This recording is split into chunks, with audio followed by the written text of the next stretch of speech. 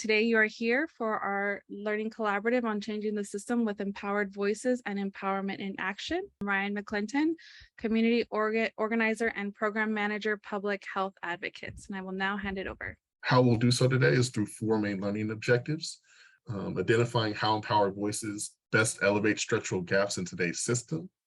We're going to talk about the cycle of organizing, which really gets us into a space of moving empowerment in action. We're then going to cover two case studies that took place here in Sacramento, one at the city level with Advanced Peace and one at the county level with the African-American Trauma-Informed Wellness Program that were developed. Again, community-driven approaches that are led by community folks in their application. And lastly, we'll close out on what does sustainable advocacy look like. A quick note for folks, we will have some light engagement as we go through the presentation today, but we'll close with the question and answer period. So if there are any questions that you have that are coming up as we're working through the slides, please jot them down and I'll answer them as best as I can towards the end of our presentation today. But I definitely want you to capture those questions because this is an opportunity for us to really engage in some different ways that we may see some of the systems change work that we all take a part of doing. So next we're going to move into the conversation around the value of empowered voices in systems change. Here we're not only going to recognize who those voices are and how they stand to be empowered, but also where their impact shifts systems of care that are connected to the types of crisis response and mental health response we're hoping to see across the board. Really walking through each section of this particular map. Today, we're really going to dive into Intercept Zero, really refocusing in on the community services aspect. But as we do so, we really want to do so with an intention and really highlighting the importance of what anti-racist foundations and culturally competent person-centered care lens really impacts in that model. Through doing so, we really give our community a chance to develop their own community and individual agency in addressing their needs. By building on these anti-racist principles with acknowledgement to the historical harms of racism, it allows us to live into a care-first approach versus criminalizing the behaviors as our justice system is historically operated in. That's really caused a lot of the disparity gaps that we see and the racial inequities that we see in terms of the population that we're really addressing most of the time. This really means that we're focusing on the unique needs of each individual entering into services to gain a better understanding of who they are and what supports best serve them to hopefully keep them out of the justice system entirely.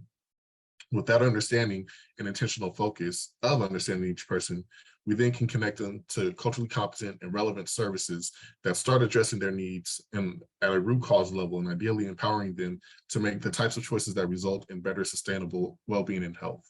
Really how we do this is what we're looking at when we're talking about empowering voices or empowered voices. It's a bottom-up approach. We're not looking at the executives who typically create and implement a lot of the changes that most of the roles that some of us play in this call, but looking at who can we elevate in those spaces that really hold the solutions. Those folks who are directly impacted, walking through the system, frontline staff oftentimes, that'll really inform what we need to be paying attention to. And we're going to talk a little bit more about that as we move through the presentation.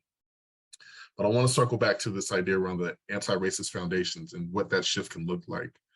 When we talk about anti-racist foundations, we really need to focus on what our cultural practices are as institutions and systems that permeate throughout the executive levels all the way down to our frontline staff and directly to the people we serve. Oftentimes, this looks like status quo to most of those folks who are impacted by so many of those decisions. We're recognizing that these foundations are built in. These foundations for anti-racist foundations that take place have to be built in structural implementation and practice on a regular basis. What that means when we're saying structural is what are the programs and systems of care that operational practices that we usually operate in. When we think of our frontline staff and our clinicians and some of the directives they're given in serving clients and customers, how are we implementing those practices? Does it actually meet the person we're serving where they're at versus where we assume them to be or where we assume their services to need to go? Some real tangible examples of what this can look like when we think about shifting from a norm of white dominant culture. So would look like either or thinking. When we say either or thinking, we're thinking about what are those clinical definitions? Again, those operating procedures that say, if I hear this, I need to go that, because what we're really doing is limiting the person in front of us and their experience that they're walking in with, and also limiting the intersectional realities that they're often coming into our systems of care with that aren't necessarily met, and start to build some of that distrust. Some of these dominant cultural practices that also can look like power hoarding. When we're considering our frontline staff, and I'm talking about our intake staff, our folks who often are working on the administrative level, receiving calls from the public around services, they often might have a suggestion or something that might improve the delivery of their services, but are often met with a bit of challenge, or really viewed as that their opinion isn't as valuable because of the position that they hold or the title that they hold, by more senior staff or folks who've been around a little bit longer, or oftentimes ignored altogether because it's like, you have one experience of it, but we're really focused on the bigger piece of the puzzle here. So your input isn't as valued in this space where we really could learn to grow from it. Oftentimes when we're looking at what these examples continue to look like are also transactional goals. So when we're talking about what are the deliverables we want to see from the services that we're providing, they're more numerical based. Numbers or quantity over quality. We want to see 500 people walk through our door so we could say that we served our community, versus making sure that the 500 people we saw actually had their needs met. What was the qualitative experience that they had, versus just saying that we got 500 people in the door, we connected them to 475 providers that we know that are county contracted, and we can then say that we've done our part in providing their care. But does that really impact the person? That's where we're saying we want to shift to transformative practices. What are we doing that really shifts the impact of the person who's walking through our doors to make sure that they're experiencing it, right? That they're experiencing the services that they came in for. That looks like, again, shifting from either or thinking to systems of complexity and thinking. How do we recognize a single mother who might walk into a door, who's already walking in the door with high anxiety, who wants to address, say, an issue with a short temper, or having anger management issues, saying that I really want to get some help around this. And when they sit down to talk to a counselor for the first time in their life, the counselor asks, well, why do you think that you need to seek out these services? And this mother may say, well, when I talk to my daughter, I often yell at her, and I don't understand why I'm yelling at her so quickly about a simple question. And the next question by this counselor might be, well, have you ever hit your daughter or spanked your daughter or anything like that? Well, yeah, I've given her a spanking every once in a while, but in this mother's mind, she's referring to when her daughter was, say, 2 or 3 years old, or maybe even 5 years old, where she's now a teenager, but thinking about like a little pop on the hand, which, not saying we condone that, but this is a mother explaining like, this may be what I'm doing, right? Well, from the clinician side of it, they're thinking like, okay, well, oftentimes when you do this, are you upset or angry at the time that you give them the spanking? And the mom's like, well, yeah, that's why I'm here to talk to you about it. But what's happening in this moment is that clinician is now starting to go into the mandated reporter role and thinking about that child's safety, versus understanding that this mother's coming in to make sure that child's safety is in the first place of it. So now she's being asked questions that'll put her on a track to potentially have to deal with child welfare services, or CPS, where all she really wanted to do was make sure that her mental health is in a better space so she can better provide for her kid. So now we're adding another layer of stress and anxiety on this Black mother who's trying to address her needs, that's also breaking her trust with the systems there. Complex thinking or recognizing those intersections look like asking deeper questions. Well, what is it that you do? Do you find yourself often out of time or with a shorter attention span? Are there other stressors that are impacting how you're walking through your day, right? Just starting to really peel back the layers of what this person's experience is, so they can understand to make sure that they're being met with all of the understanding of who they're walking in, and we're getting an appropriate diagnosis of what can we do to best support this mother, versus the traditional ways that we're told we need to go through this process. I had to add that anecdote in there because sometimes these terms can get a little, get away from us a bit because they seem a little bit more abstract. We're not thinking about them in concrete terms of what does it look like in terms of the person who's walking in our doors.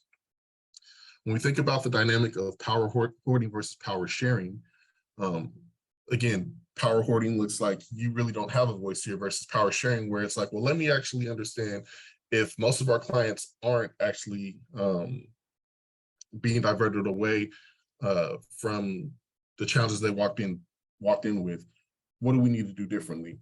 It's asking that frontline staff, what do you see are the challenges that we walk in with each day?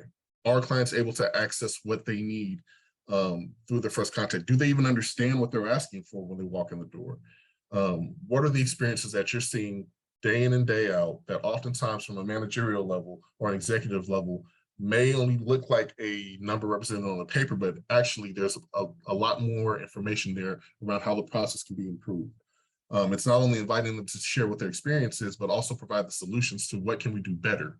More often than not, the person who's experiencing the challenge can give you the solutions to those challenges better than somebody who's heard about the challenges and thinks that this is the best way to go forward because they see it every day.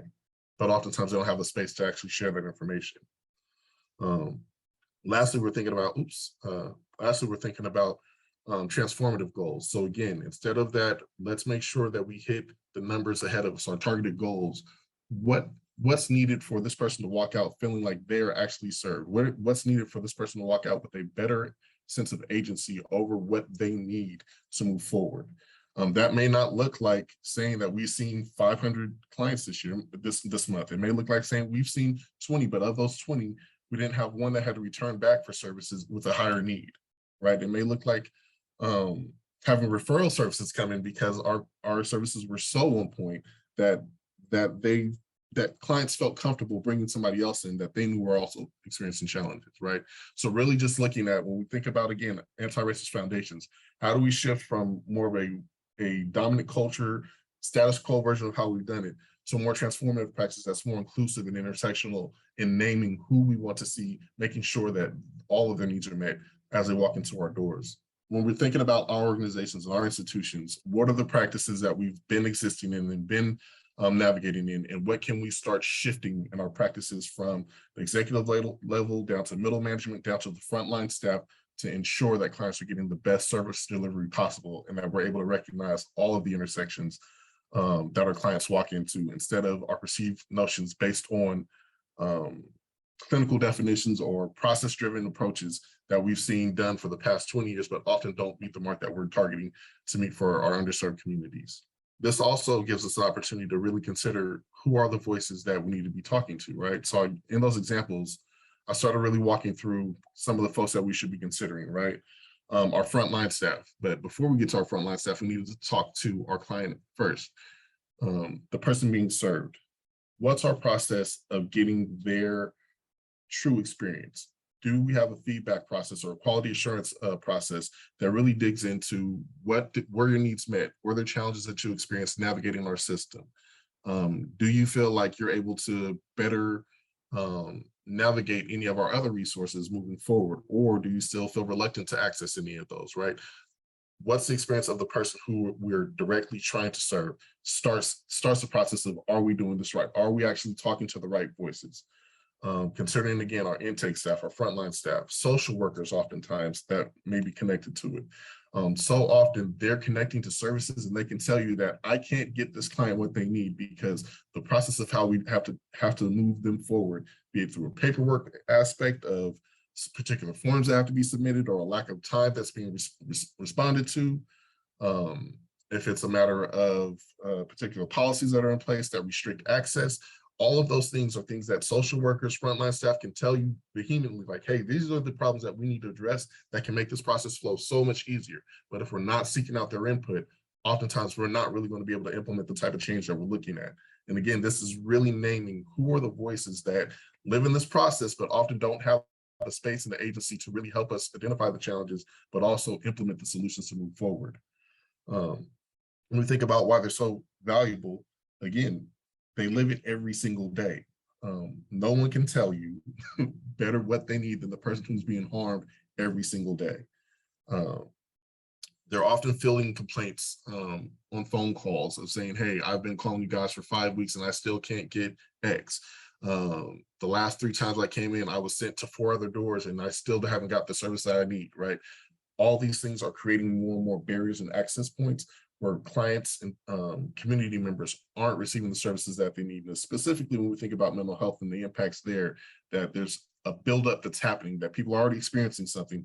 And the more they turned away to another direction, that challenge that they're walking with is only increasing. And their trust in the system that they're being pointed to is only decreasing, which means that at some point they're possibly going to end up in our justice system one way or another that they really didn't need to be if we actually tightened up our systems on the front end. So understanding that the experiences that the folks on the front lines are seeing can really inform where we can make some of our greatest strides in improving the systems delivery that we're all operating in. And oftentimes they often carry that frontline staff, those community members who are seeking out the services, often carry the burden of systemic failure, and they can name it on a dime, right? If it's an access problem from insurance coverage and cost, right? From being able to reach a facility that's on the other side of town, and this is the only opportunity that they have. There's so much that the frontline staff's having to hear on those phone calls, or when somebody walks into the door already upset because they're an hour and a half late to something else that they had to do, travel on public transportation or relying on other methods of transportation to get there, that again, the executive staff isn't having to hear this, middle management staff isn't hearing this. It's usually that frontline staff that's carrying all the weight of the failures that have happened up to that moment that they're being sought out. What we're really outlining when we're thinking about these empowered voices is that when we listen to these voices, we're not only just hearing, we start off hearing as complaints, but we're really hearing where the systemic problems exist at. And if we're giving them a different approach of saying, well, now that you know that those problems are, what would you want to see change? And what's the process that we're able to walk them through to show them that change?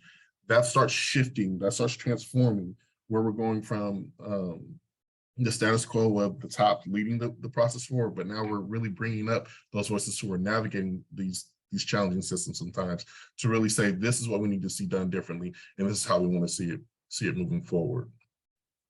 So how do we actually do that? How do we take these voices that we've really identified that can inform backwards, frontwards, and sideways, where the challenges are at, what the stressors are, where the gaps exist in the systems that we're trying to deliver, and really move them into a space of being able to not only develop the solution, but actually put it in place.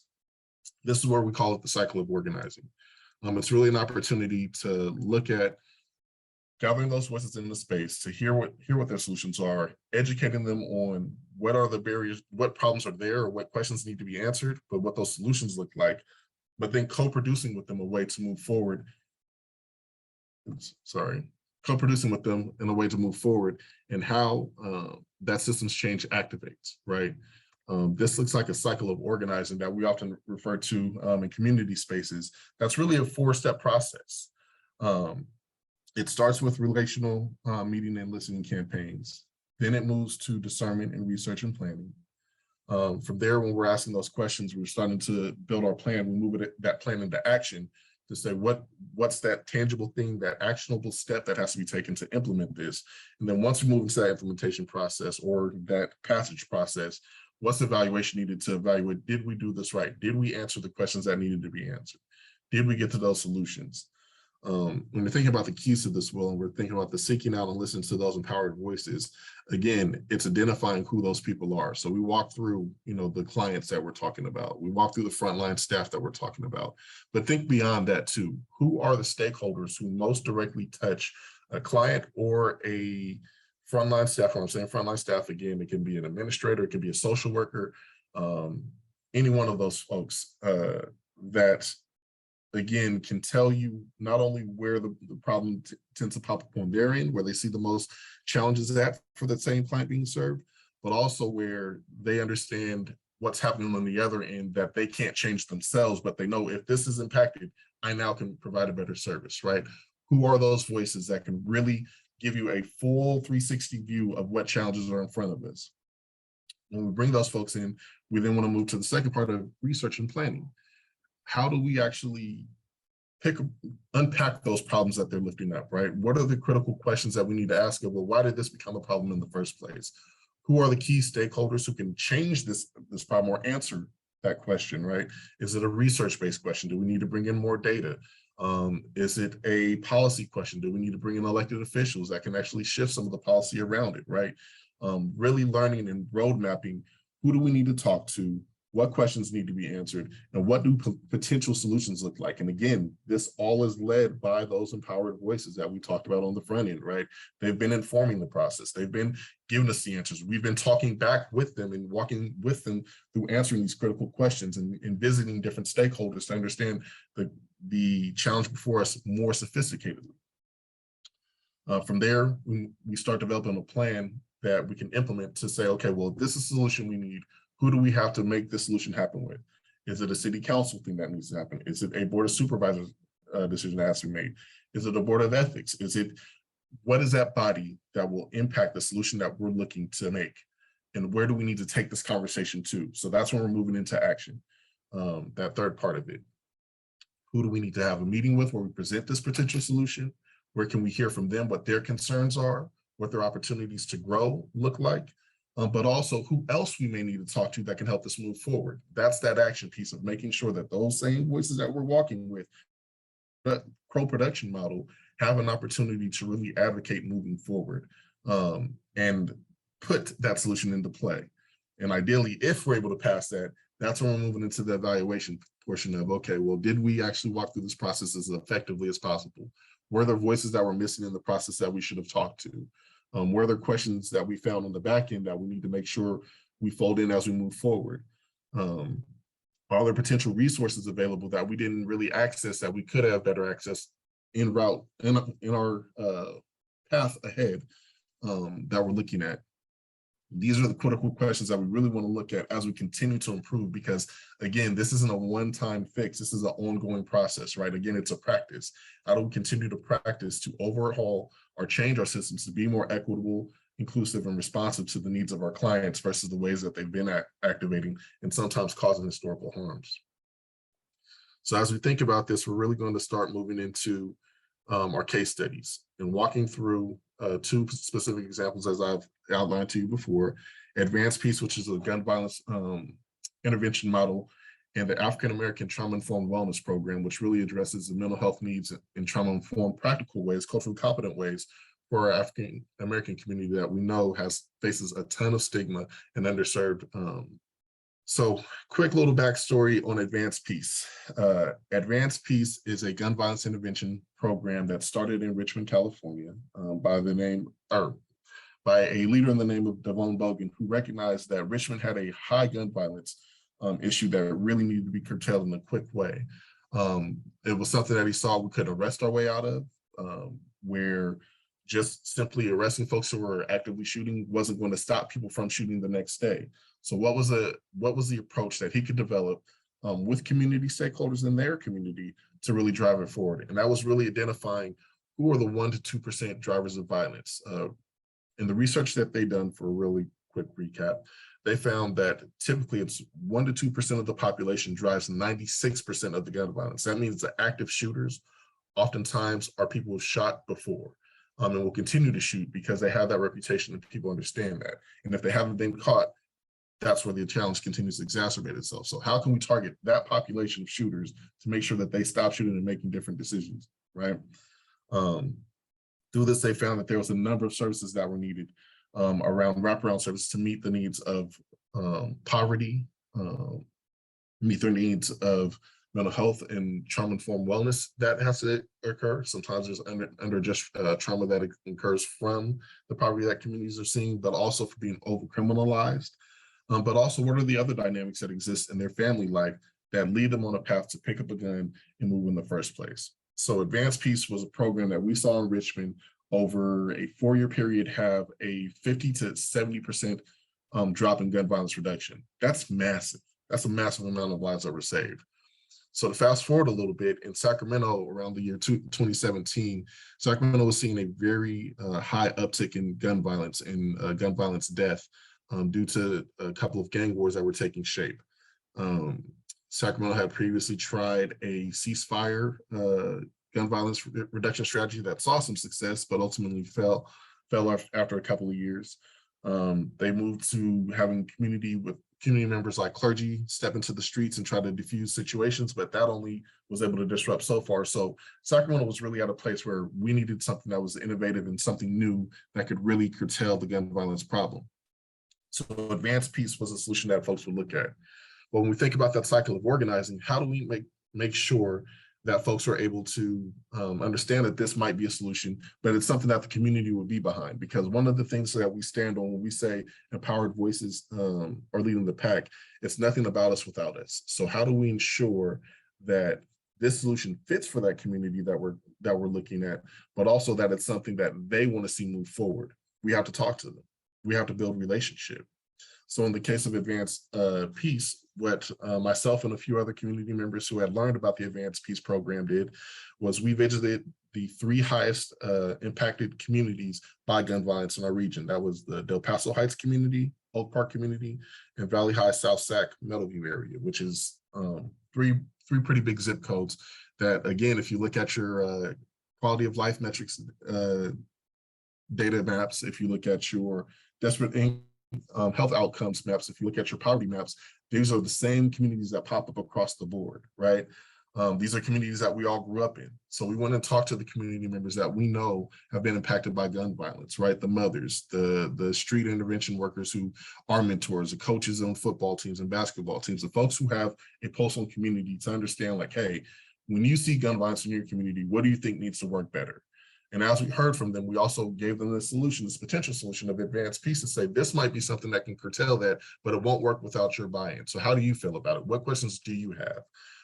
We spent that time intentionally meeting with them over the course of about 4 months to really dive deeper and understand, do they feel that this might be something that works with them? And the resounding answer that we got from most of those communities is that this program can work if it's led by community members who look like me, who are from this community. Because if the kids and the young folks who are shooting don't know you, they're not going to talk to you.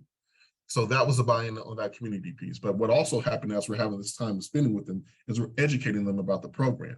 So Advanced Peace, to give you a little bit more insight on it, how it works is that over an 18-month course, there are street intervention workers, or CIWs, case intervention workers, who will come in and actually have daily visits with the folks who are most known to be shooting or likely to shoot in their communities. During this process, they're building a rapport and a relationship to start offering them wraparound services that address their needs. What are the things going in your life that'll have you out here dealing with this particular population versus working in another space, growing your education, owning your own business, right? Connecting them with mentors and other community stakeholders that can really inform them of other options and resources they have available to them, but also connecting them to medical care needs, also helping them with food related needs. If they're having housing issues, what are the housing needs that they can help with, right? Really getting into wraparound care services that better improve their quality of life so they don't start looking to pick up a gun. At the end of this 18-month cycle, typically what will happen is, if a fellow is successful, they're then offered a job opportunity to join Advanced Peace as a caseworker and then become a mentor to their community. So now we're starting to have our communities heal each other, right? The 3 communities we talked to in Sacramento love that idea, because ironically, many of the folks who we were talking to were already doing this work, but they didn't have a program or a title name over it. They were just responding to the need they saw before their eyes. By bringing these community folks along, though, it allowed us to do something different. It allowed us to walk into the halls of city council and talk to their city council members to say, hey, there's this program called Advanced Peace that we want to see move forward, and here's why we want to see it move forward. Here's what we think can be beneficial to our community. But there's a hitch to it, right? No program is free. So Advanced Peace, while they did a great job in philanthropy, they had a partner that was willing to match $2 million of any city that would pay $2 million to have 4 years of this program implemented. That's why the city council members had to be on board, because ultimately it would be public dollars that would have to match this effort to move forward. But the power is of having those community voices, those empowered voices, walking into the halls of City Hall to talk to their council member and inform them of what the needs are and answer questions that they had to move forward, really would change the pendulum of, is this a program that can be implemented because the community residents are asking for it, but it also can potentially reduce a big challenge that we see in our community with gun violence homicides. Through this process of walking with community members and talking with the city council members, we ended up having to get down to a vote. That would have to have 2 votes, actually. The first vote to approve the program to come in, but when the fiscal impact comes in, what's the commitment fiscally that city council would have to make? So for Sacramento, any allocation over $250,000 needs to have the vote of the city council from the general fund to support it. So what this looked like in terms of numbers was that we had 5 community educational sessions where this was a community advocacy, right? We talked to the 3 communities and brought all those stakeholders into one room, heard what their challenges were, what they'd like to see happen, and presented them with a solution. that they were able to ask greater questions on, right? So there was 2 community educational sessions in that where Advanced Peace came out to walk through any questions they had and make sure that we're co-producing the model that works best for Sacramento. That then moved us to 8 city council member meetings where we met from our 7 city council members and our mayor to talk about why this program works, ask what questions they had to move forward, and ensure that the city was behind what the community was asking for. The other thing that's not shown in that number, though, is that it also included a couple of visits with our police chief, as well as some of the members of the district attorney's office that tends to respond to some of the gun violence crimes as well, because we needed a law enforcement's buy-in to work in partnership with Advanced Peace, not from a space of Advanced Peace meets with these shooters and tells the police, hey, this is who shooting, go get them. No, it was the other way around. If you've had a gun violence case, if you knew that this person was charged with the possession of a gun, can we actually get their information to reach out to them and see if we can build a bridge to stop that process from moving forward, to stop them from potentially shooting someone in the future? And that relationship was so critical to moving forward that 4 years later, and actually the first year after that, we actually saw a 100% drop in our youth homicides in the city of Sacramento. But lastly, the number that you see on your screen there is 2. And that's, again, those 2 critical city council votes.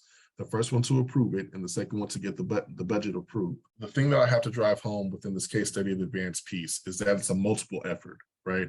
We had to talk to community in 2017 to start building this process. It wasn't until 2018 that it was voted and passed, but even once it was voted and passed, we still had to stay engaged with city council members who were concerned with, are we going to see the numbers that we're investing in? Will there be tangible or transactional goal numbers that we could say, you've had this many visits, this is how many gun violence interactions we've had drop on our city? We had to help them understand that it's not all going to be qualitative, because the population that you're talking to doesn't work on a spreadsheet, right? It's an intensive engagement piece that you have to be front, face, and center that most people can't get access to, right? So those critical votes are representative of the continuous efforts that we have to see in moving a program like this forward. A program that was started in response to some of that gun violence and the violence we've seen in our community. And that's the African American Trauma Informed Wellness Program. What we really recognized in Sacramento County was, in light of the same gun violence issues that Advanced Peace was addressing at the city level, where we were able to start doing some disruption work, there was still a very real and tangible trauma impact that was really severely impacting our mental health for our communities. And I'm not just talking about our elders or our adult population, but our youth population as well. Oftentimes that trauma impact was underaddressed because nobody was asking the questions. This was highlighted by, as we were seeking out with our community members, what are the other resources that can meet a lot of the needs, not only for the families that are impacted by gun violence, but also those who are coming out of the carceral system and encountering those traumas. What resources are available to really get some of those services provided to the communities that aren't seeing them? So we heard about this Mental Health Services Act that really had dollars allocated from Proposition 64 to develop innovative, preventative, and intervention program dollars around serving the needs of the most marginalized and underserved communities. We found out that Sacramento actually had a surplus of dollars available at this program, that we had a few community members who also responded in the gun violence space come to hear what's being done. What are these budget allocations going to? This is where we think about, where's that relational stand at? Where's that disruptional stand at, right? In this particular budget hearing, or excuse me, wasn't a budget hearing, it was a budget meeting where they were reporting back to the public how they were intending to spend the next 3 years dollars for the MHSA funding. Community members listened for about an hour and a half and didn't hear one mention of the African-American community, not any of the trauma that they were encountering, not any of the services that were being extended to them, none of the innovative practices that were there. And that was very disturbing. It led to several community members, including myself, to stand and ask questions about why wasn't there any report outs around what's happening with the African-American community, given the gun violence we're seeing in our communities right now? Where's the data that supports how underserved and highly traumatized our communities are at? What does the data show around our communities, our schools, and the resources needed for our students who are having to go to schools where they're heavily impacted by gun violence and how that impacts their performance metrics. Where's the data that shows what's happening and where the services being met for that community? Well, the beautiful thing is at that particular body, at that particular meeting, it was our Mental Health Services Act, or MHSA steering committee, that had a number of community residents that were on that body. And this was one of those times where you could see the impact of empowered voices empowering other voices in that space. From those questions that were lifted in that comment section, in that public comment section, the steering committee members were able to then ask behavioral health to say, hey, why don't we have these data metrics, and how soon can we get them, and what dollars can we allocate towards better response in the same areas that these community members are asking for. While at that meeting, those answers couldn't be provided, what it did launch was the intentional efforts of building answers and gathering data for those questions to be answered.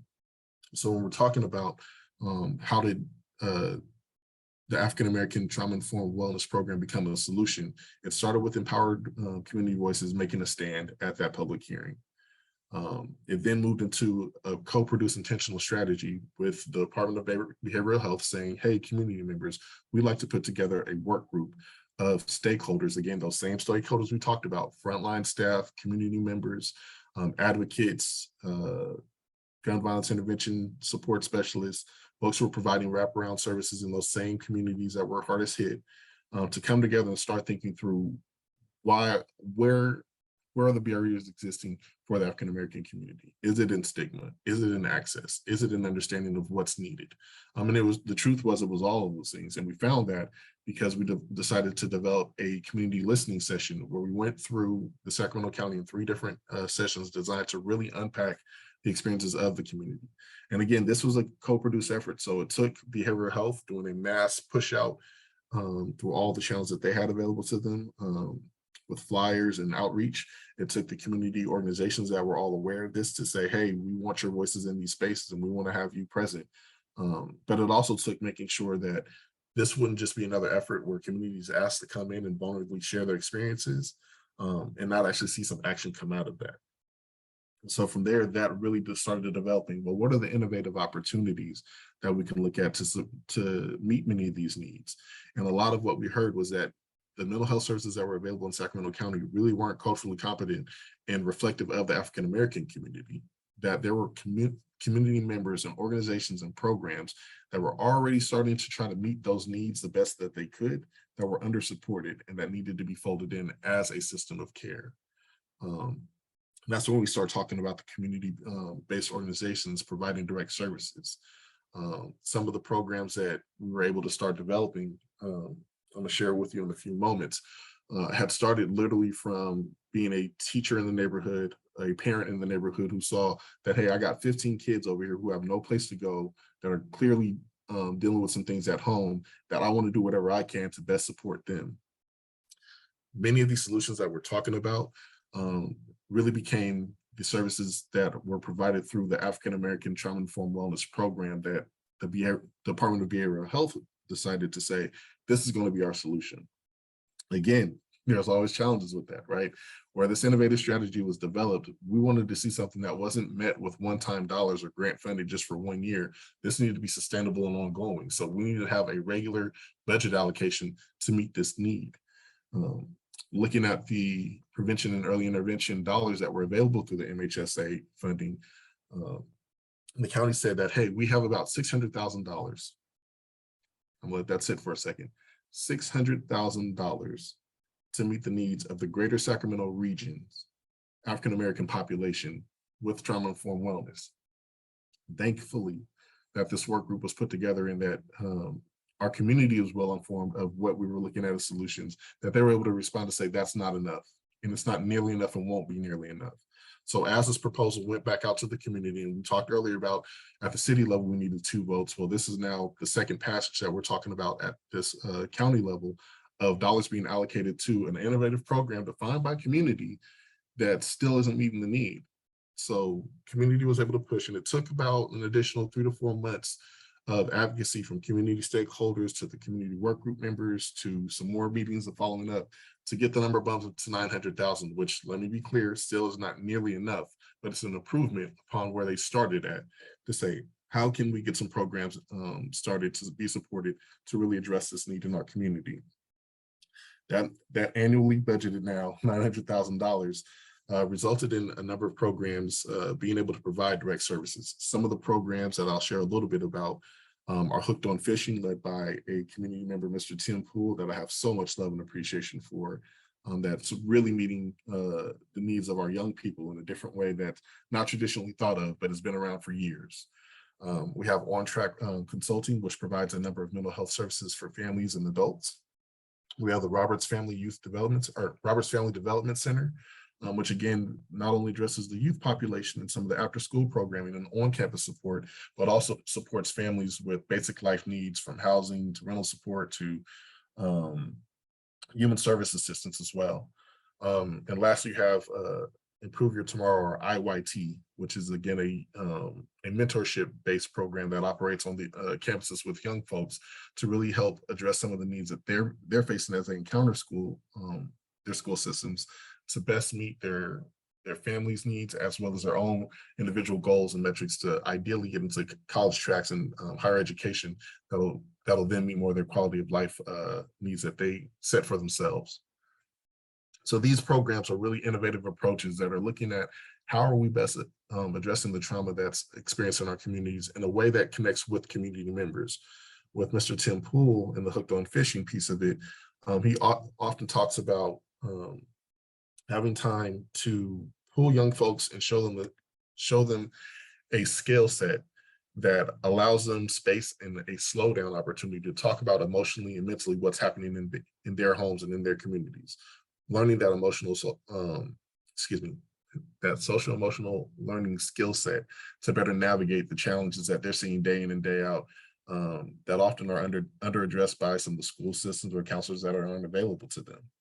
On your screen, you're seeing a quote from him where he says it directly: "Our program is meeting Black and Brown youth at a place where they can learn new skill set and space to process what they're experiencing emotionally and mentally." Mr. Tim Poole has been doing Hooked on Fishing for about 6 years now, but only in the last 2 to 3 years, he's been supported with county funding dollars to sustain his program and his outreach that he's having with youth. These again are really key moments that we have to acknowledge, that this isn't something that you're going to see traditionally when you walk into a therapy session or when you contact Kaiser or Sutter Health to say, hey, I need some help for my young person who's having some issues with anxiety or stress or depression, right? This is somebody from the community that's trusted, that's been around kids, coaching basketball leagues, and really interacting with youth to just give them positive outlets, that now has an opportunity to better meet their needs and still continue his own development around what are some of the ways that I can best support the mental health and emotional needs of the young people that I'm serving. These aren't traditional solutions that you see. These aren't the folks that are typically looked at as a first response or as a critical response to so much of the need that we're seeing. Yet this is something that the community defined that they'd like to see implemented that shows impact already in our communities. So as we move forward, we really want to talk about what the sustainable advocacy looks like. How do we make sure that these programs have an opportunity to not only be implemented, but supported well beyond the pilot phase, beyond the 1-year funding that comes along? Again, oftentimes we recognize that for opportunities like this to thrive, it takes more than just a community voice. It takes a partnership with our government structures or our public safety or public service structures or institutions like hospital health based systems to really move these programs forward and ensure that the service delivery is met where it needs to be at. Part of the empowerment of those voices means that oftentimes systems want to see evidence-based practices that are implemented, that are tracked and developed to say, like, hey, here's where we can see the statistical value that's proving the effectiveness of this program.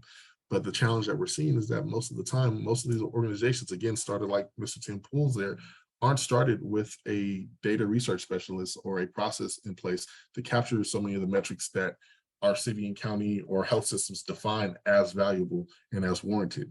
So what are the things that we can do to ensure that those programs are able to be met with the needs that they have to continue the service delivery that's so quality and impactful. And we're really looking at 3 key areas to making that happen. So again, it starts with the community-led aspect of it.